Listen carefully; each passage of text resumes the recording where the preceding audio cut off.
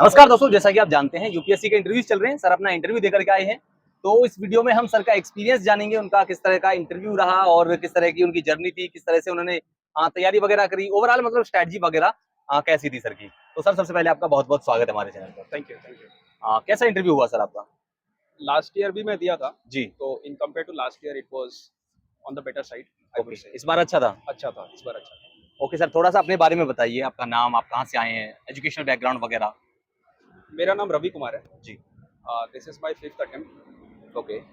Last year fourth attempt में मैं पहली बार मेंस लिखा और इंटरव्यू तक पहुंचा, बट कुछ नंबर से रह गए।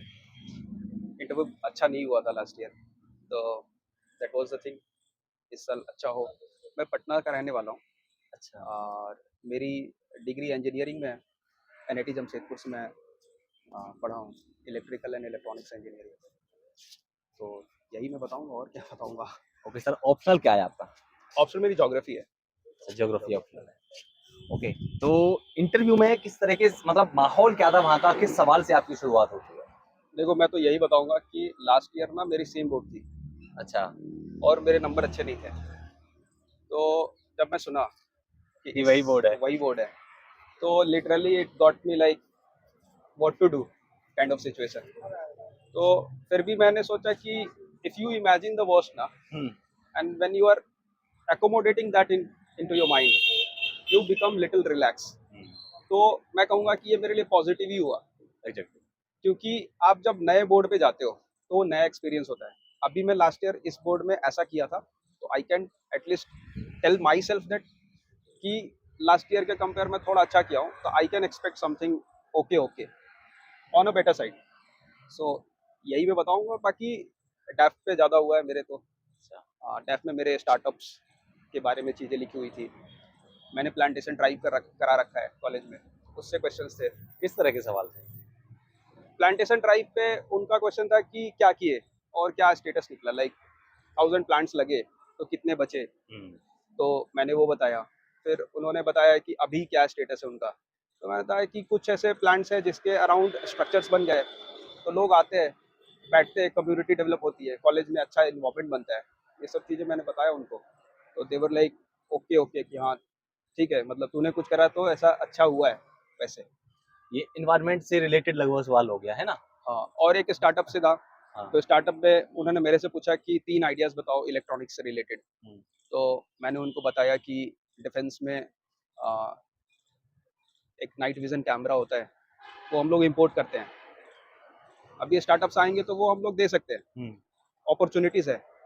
फिर मैंने बताया कि इलेक्ट्रिक व्हीकल जिसमें गवर्नमेंट भी बहुत पुश कर रही है, तो अगर स्टार्टअप्स वहाँ पे आती है और अगर कुछ तरीके से इकोसिस्टम में हम लोग एफिशिएंट बना सकते हैं, तो startup can help from that perspective. ऐसे उनको मैंने बताया स्टार्टअप पे। फिर उन्होंने पूछा कि तुम स्वच्छ भारत मिशन के कोऑर्डिनेटर भी रह चुके हो कॉलेज में, तो उन्होंने फिर पूछा कि अपने सिटी को तुम कैसे देखते हो। तो फटाक से मेरे को एक डेटा याद था स्वच्छ सर्वेक्षण का, कि पटना की रैंकिंग समथिंग 75 78 ऐसा कुछ, काफी नीचे मतलब। I could not able to remember exactly the rank of it, but मेरे को आइडिया था कि 70 से ऊपर ही है। तो मैंने उन्हें बताया 78th रैंक है। तो उन्होंने क्रॉस चेक नहीं किया, लेकिन आई होप वो सही ही होगा। तो उन्होंने बताया कि तो ये तो बहुत अच्छी रैंक नहीं है, तो फिर क्या दिक्कत हो रहा है। तो मैंने उन्हें बताया कि जो लोग हैं ना, उनके अंदर सेंस ऑफ एंटाइटलमेंट है कि I am giving this much money to the municipality, तो municipality is having the responsibility उन्हीं की ऑफ डूइंग जिम्मेदारी है दैट। मतलब। सिविक सेंस वो नहीं आया है। दूसरा फिर मैंने बताया कि चूंकि रैंक कम है, तो पोटेंशियल भी बहुत हाई है अच्छी होने की। अगर वो 5-6 रहता है तो पोटेंशियल कम रहता है। चूंकि लोग वहाँ पे थोड़ा सा हार्ड वर्किंग है, तो चीज़ें सही हो सकती है। और म्यूनसिपालिटी को जिस तरीके से ऑटोनॉमी दी जा रही है, तो उन्होंने भी डोर टू डोर चीज़ें लेके आई है, और फिर रिसाइकलिंग कैपेसिटीज़ भी डेवलप हो रहे हैं। तो I see from a very positive outlook on that front. I upfront told this to him. तो उन्होंने अच्छा, मतलब इसको स्माइल तो कर ही रहे थे। आई एम एक्सपेक्टिंग उनको अच्छा लगा होगा। तो मतलब आप सेटिस्फाइड हैं आपके अपने इंटरव्यू से? देखो यार, जब लास्ट ईयर ऐसी एक्सपीरियंस हो जाती है ना, हाँ। तो you feel little at unease. तो उसके कंपेयर में थोड़ी सी भी पॉजिटिविटी आती है, तो you feel at least good. I don't know what would happen in the future, but at least when you have the reference point na, it becomes the reference point for you. So this is what I would like to say. Okay, geography आपका optional है, तो यहाँ से सवाल थे। Geography से थे कि स्मार्ट सिटी स्मार्ट क्यों है, मैंने उन्हें बताया IoT वगैरह है, तो उन्होंने बताया कि ज्योग्राफी का क्या है स्मार्ट में रोल है। मैं बताया कि अब ये तो मेरे लिए पूरा बाउंसर टाइप का चीज़ था। तो फिर उन्होंने खुद ही मैंने उन्हें बताया कि वाटर सिक्योरिटी है, वाटर मैनेजमेंट एक बहुत बड़ा टॉपिक है स्मार्ट के अंदर, तो ज्योग्राफी बहुत अच्छा रोल प्ले करता है वहाँ पे। पोरोसिटी वगैरह चीज़ें मैं बताया उनको। फिर मैं बताया कि लैंड को एफिशिएंट यूटिलाइजेशन करने के लिए भी लैंड होना चाहिए, दैट ज्योग्राफी प्रोवाइड्स यू। तो उन्होंने बताया ये सब तो ठीक है, लेकिन उन्होंने फिर एक रेफरेंस बताया कि इंडस वैली सिविलाइजेशन में there used to be wind, जो रोड को थोड़ा साफ करके साफ कर जाते रहे हैं। तो उसको तुम कैसे देखते हो। मैं उनको बताया कि भाई अब उनको तो थोड़ा तो करना होगा। तो फिर मैं बताया कि sir it is adding a very new perspective in my understanding of geography from the city perspective, so I would like to take it as a wisdom and I will read more about it. तो मैंने इनको ऐसा, hobbies वगैरह से थे सवाल, आपकी hobbies क्या है इसमें? मेरी एक हॉबी ही है या एक से ज्यादा आपने हॉबी बनी है? मैंने 2 हॉबीज रखी है। ओके। स्पोर्ट्स मेरा ब्लैंक था, हम्म। ठीक है। हॉबीज मैंने रखी है कि मैं स्टार्टअप से रिलेटेड शो देखता हूँ। तो मेरी डैफ ऐसे थी कि स्टार्टअप निकल के आ रहा था, ये बंदा स्टार्टअप का है।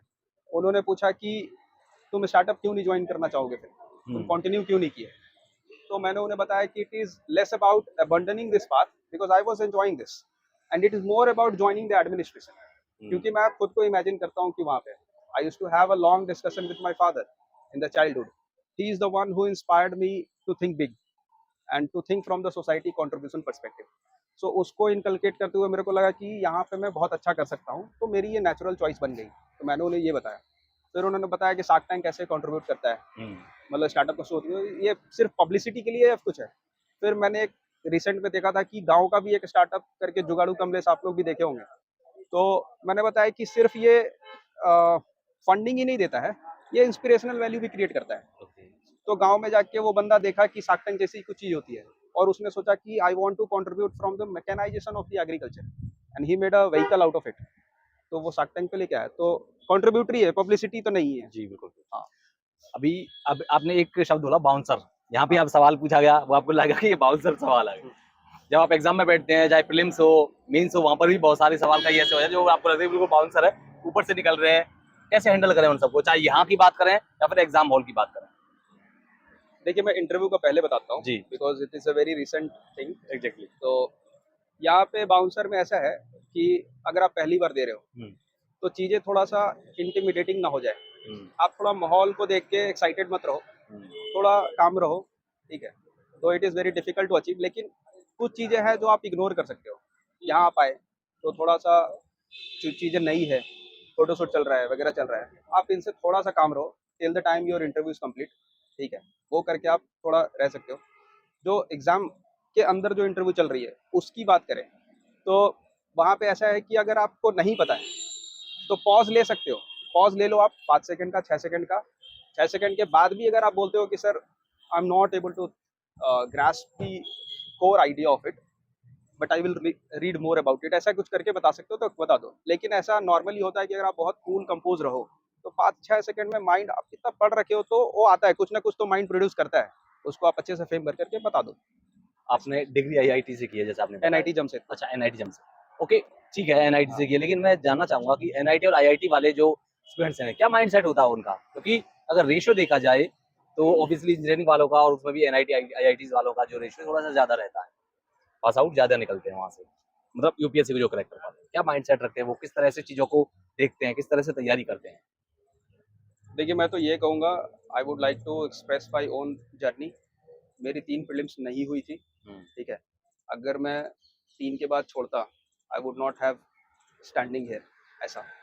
लेकिन जहाँ तक माइंडसेट की बात है तो थोड़ा सा वो एंड रश की हम लोग में आदत होती है, ठीक है, कि कर लेंगे, that may be it's a superficial confidence you can say.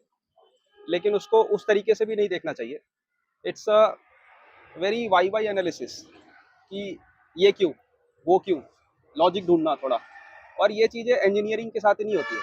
अगर आपकी माइंड उस तरीके से माइंडसेट डेवलप हो गया है इररिस्पेक्टिव ऑफ द ब्रांच और irrespective of the degree, I know many people who belong to the arts background and they are doing like way greater than me also, ठीक है। और उनकी माइंडसेट वैसे, आप ना रैशनैलिटी के फ्रंट पे लोगे तो degree doesn't matter, like profession doesn't matter. मेरा तो यही मानना है, अगर आप आर्ट्स के भी हो, अगर आपकी रैशनैलिटी और उस साइंटिफिक टेम्परामेंट है तो यार डिग्री मैं तो मानता हूँ कि वो इररिलेवेंट ही है। ओके ओके ओके, क्या लगता है आपको कि अभी आपने जो 5 अटेम्प्ट हो गए आपके, कहाँ कुछ कमियां रह गई थी पिछले अटेम्प्ट्स में? क्या कुछ आपने जिस अभी जैसे आप इस बार आपने चेंजेस किया होगा, कुछ और चेंजेस किए होंगे? क्या लगता है पूरी होल जर्नी में जो 5 अटेम्प्ट की जर्नी है, कहाँ पर चीजें कमियां रही, कहाँ पर मतलब लैक रहा आपकी प्रिपरेशन में? मैं तो इसको लैग की तरफ से तो मैं नहीं देखना चाहूंगा, हम्म, मैं इसको एनरिचिंग एक्सपीरियंस के रूप में देखता हूँ। हम्म, मैंने फर्स्ट अटेम्प्ट, जैसे सब लोग बोलते हैं ये मेरा काउंट नहीं होगा, हम्म, तो मैं भी कहूंगा इसको भी काउंट मत करो, लेकिन जी, मैं काउंट कर लेता हूँ चलो। हाँ, तो वो तो मैंने जब जॉब छोड़ी थी, हम्म, एक चीज में जो गलती किया था कि आई डिड नॉट इमेजिन कि मेरे को कितना अटेम्प्ट देना है, आई ओनली इमेजिन कि मेरे को ये करना है। ये गलती ना करे कोई, तो अटेम्प्ट्स रेशनलाइज किए जा सकते हैं। दूसरे अटेम्प्ट्स में I failed marginally by 2-3 marks in the prelims itself, hmm, but because I had a good contact with the people who have already cleared this examination, so I was very lucky to have a guidance from them. Hmm, उन्होंने बोला तू mains पे focus करते रहे even if you are not qualifying for this. उन्होंने एक line बोला था, मैं वो बोलना चाहूँगा जी बिल्कुल, कि आप ना, ऐसे लोग नहीं मिलेंगे जिनकी 6 प्रीलिम्स नहीं निकली हो, लेकिन आपको ऐसे लोग मिल जाएंगे जिनकी 6 मेंस नहीं निकली हो, ठीक है। तो मेरी 3 प्रीलिम्स नहीं भी निकली थी, तो that line used to be a kind of motivation for me. तो 3 के बाद भी I decided to go for MBA side पे थोड़ा सा किया। I qualified for the TISS examination as well, मेरे को सीट मिल गई थी वहाँ पे, लेकिन उसी साल मेरा प्रीलिम्स भी हुआ था। But because I was more incline to this, मैं बोला यार पहली बार मेंस लिखने का मौका मिला, थोड़ा करके थोड़ा देखते कर हैं। लीजिए, तो मैं किया इसको, और because of the wisdom that I was getting from the selected people, so they were telling कि तू मेंस पे फोकस करके रख, so I was focusing on that, so that really helped me to clear the mains in the very first attempt. I had a very good marks, but because last year the interview was not according to situation, तो चीजें रह गई थोड़ा। इस साल दोनों side थोड़ा improvement है, तो आई एम जस्ट होपफुल कि थोड़ा सही हो जाए कुछ इस बार। हाँ सर, बताइए थोड़ा सा प्रीलिम्स के बारे में और अच्छे से थोड़ा डिटेल में बताइएगा ताकि बच्चे जो देख रहे हैं उनको चीजें एकदम क्लियर हो जाएं, ताकि उनको बार बार इधर उधर ना भटकना पड़े, क्योंकि बहुत सारे बच्चे इधर उधर भटक जाते हैं तैयारी के दौरान। क्या कहेंगे आप? देखो मैं तो कुछ नया बोलूंगा नहीं, जी बिल्कुल। बाकी लोगों ने कह रखा है, किताबें वही है। आपको बस कोशिश ये करना है कि get a confidence, and that confidence will come from the questions that are repeatedly coming. Okay, current affair पे क्वेश्चन अगर मान लो लास्ट ईयर आ गई, बिकॉज आप उस टाइम स्केल पे नहीं थे, तो आपको लगेगा यार ये क्वेश्चन कहाँ से आ गया, आई एम नॉट अंडरस्टैंडिंग, ठीक है। 2018 का पेपर उठा के देखोगे, वहां पे करंट अफेयर के क्वेश्चंस आपको नहीं बनते दिखेगी। क्यों? क्योंकि आप 2018 में नहीं थे। जी बिल्कुल। तो कोशिश ये रहना चाहिए कि आप स्टैटिक को बहुत मजबूत कर लो, because selection of the prelims is all about how strong you are at the static quality। इन सारी चीजों को आप इस तरीके से कोर एस्पेक्ट के रूप में अंडरस्टैंड करो कि इससे कोई भी क्वेश्चन आए ना, तो at least you can see this from multiple perspective. अगर पॉलिटी पढ़ रहे हो, जी बिल्कुल। ठीक है, स्पीकर का चैप्टर पढ़ रहे हो, आप ना जो न्यूज़पेपर में चीजें आ रही है, तो आप स्टैटिक को कैसे उसको अंडरस्टैंड करते हो उस पेपर के कॉन्टेक्स्ट में, ठीक है। हैबियस कॉर्पस है, ऐसे कॉन्सेप्ट्स है। तो एक मैं अपनी एक शेयर करता हूँ। जी बिल्कुल बिल्कुल। तो मैं एक बार, मेरे को कैसे कॉन्फिडेंस आया मैं वो बताता हूँ कि जब मैं पेपर पढ़ रहा था, मैंने देखा कि कोई एक प्राइवेट, मतलब मान लो मैं आपको वो आपको रख रखा हूँ अपने पास, ठीक है। तो कोर्ट ने बोला मेरे को कि you leave this person on the basis of what, habeas corpus, exactly है ना। तो when you relate this kind of applied nature of any static knowledge, you get a confidence. तो prelims is all about confidence, ठीक है। Static पढ़ो, current affair छोड़ दो मेरे हिसाब से, ठीक है। और उतना ही पढ़ो करंट अफेयर जितना तुम मेंस में उसको लिख सको, ठीक है। प्रीलिम्स में आएगा भी तो वैसे करंट अफेयर आते हैं जो बहुत फेमस है, और प्रीलिम्स के पेपर का बहुत एक परफेक्ट सा विजडम रहा है।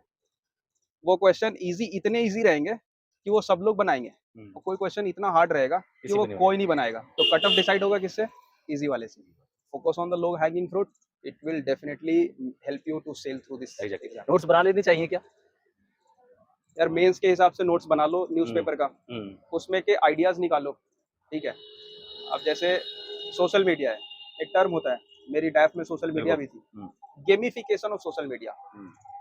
ये बहुत अच्छा सा टर्म है। Exactly. Because of this term it is difficult two distinct between the two. लोग और ज्यादा इंटरेक्टिव हो रहे हैं इस पे, तो ऐसे करके आप थोड़ा अच्छे से टर्म्स निकाल के रखो, ताकि वो आपको थॉट प्रोवोकिंग आइडियाज दे, क्योंकि mains is all about test speed. ऐसे आइडियाज पहले से सॉर्टेड हो रहेगा तो आप अच्छा करोगे, निकाल ले जाएंगे। अच्छा करोगे। ओके, और आंसर राइटिंग के लिए क्या अप्रोच थी आपकी? बहुत आंसर लिखता था मैं। कितने ठीक है। लिखते थे? मैं वैसे जब मैं मेंस नहीं लिख भी रहा था तब भी लिखता था मैं। अच्छा। ठीक है। तो एक साल ऐसा था कि मेरे प्रीलिम्स होने वाली थी, तो मैं सोचा कि ले लेता हूँ, टेस्ट सीरीज ले ली, लिख लिया, नहीं हुआ प्रीलिम्स, लेकिन मैं उसको अच्छे से यूटिलाइज किया। तो कंटिन्यू किया मैं उसको, डेली 2-3 लिखता था मैं, डेली लिखता था 2-3। लेकिन क्योंकि लास्ट ईयर मेंस क्लियर के बाद मैं उतना ज़्यादा आंसर राइटिंग पे फोकस नहीं किया, तो इस साल मैं टेस्ट सीरीज भी नहीं लिया था। अच्छा। ठीक है। तो मैं बस फोकस करता था फ्रेमिंग पे, कि मैं आंसर कैसे को फ्रेम कैसे कर लूँ और घर पे ही लिख लूँ। कोई 3 घंटे की सीरीज मैंने नहीं लिखी इस बार। ठीक है। तो it's not because of the confidence, because I understand that mains is all about solving the PYQs. If you understand the PYQs better, or you have analyzed it from the thought provoking ideas, like I also used to have a chat GPT reference. जी बिल्कुल। तो जैसे मान लो supply chain है, तो may be somebody will write supply chain resilience. I used to tell ChatGPT to suggest some new words about it. He was suggesting supply chain resilience, supply chain green initiative, नए जो supply। Word मिलते हैं हाँ, उनको। तो उसको थोड़ा सा आप रख लो, हाँ। इकोनॉमी के अलग से रख लो, जी वैसे ऐसे बिल्कुल। करके मैंने कुछ कुछ नोट्स बनाए थे। तो क्या ये जो चैट जीपीटी वगैरह ये सारी चीजें फायदा मिला इन सब का? देखो यार, इसको ना आप कैसे इस्तेमाल करते हो उस पर डिपेंड करता जी। है। Ultimately you have to memorize it and you have to write it. तो ग्रास्पिंग पे फोकस करो। चैट जीपीटी के बाद थोड़ा इजी ये हो गया है कि आप ना कोई भी डाउट आता है तो आप गूगल पे डालोगे तो वो डाउट सॉल्व नहीं होते हैं। यहाँ पे आप डाउट सॉल्व कर सकते हो, like why Russia was trying to include India into SCO, China was not helping India to become a member of it. तो फिर आप चैट जीपीटी पे डालो, वो बता देगा बता सीधा। देगा, मतलब सारी चीजें एक जगह इकट्ठा हो गया, आप पे मिल जाएंगे। इकट्ठा से ज्यादा है कि आपकी क्यूरियोसिटी लेवल है ना, उसको वो सेटिस्फाई करता है, ओके ओके। तो वो हेल्प हो जाता है। तो मुझे लगता है आपके जो सारे डाउट्स सर ने क्लियर कर दिए होंगे, जो भी आपकी प्रॉब्लम आ रही होंगी प्रिपरेशन के दौरान। तो लास्ट में क्या मैसेज रहेगा आपका स्टूडेंट्स के लिए? प्लान करके आओ जी। Don't make it like I will be there till the end of it. Okay. Life doesn't end here itself. मैं तो यही कहूँगा, क्योंकि ये मैं खुद को भी यही कहता हूँ। ठीक है। जी। और ऑल्टरनेटिव रखो, प्लान बी रखो। ठीक है। और फोकस रखो कि जो भी एग्ज़ाम है, हर एग्ज़ाम के सर्टेन वैल्यूज़ है। प्रीलिम्स में it is all about testing the mental capacity, whether you are good at memorizing facts or not, whether you can keep yourself cool and calm, composed at the examination center or not. Mains में ये सारी values test नहीं होती है। Mains में test होती है क्योंकि आपको पता है ना कि क्वेश्चन आएंगे, मैं लिखूंगा ही।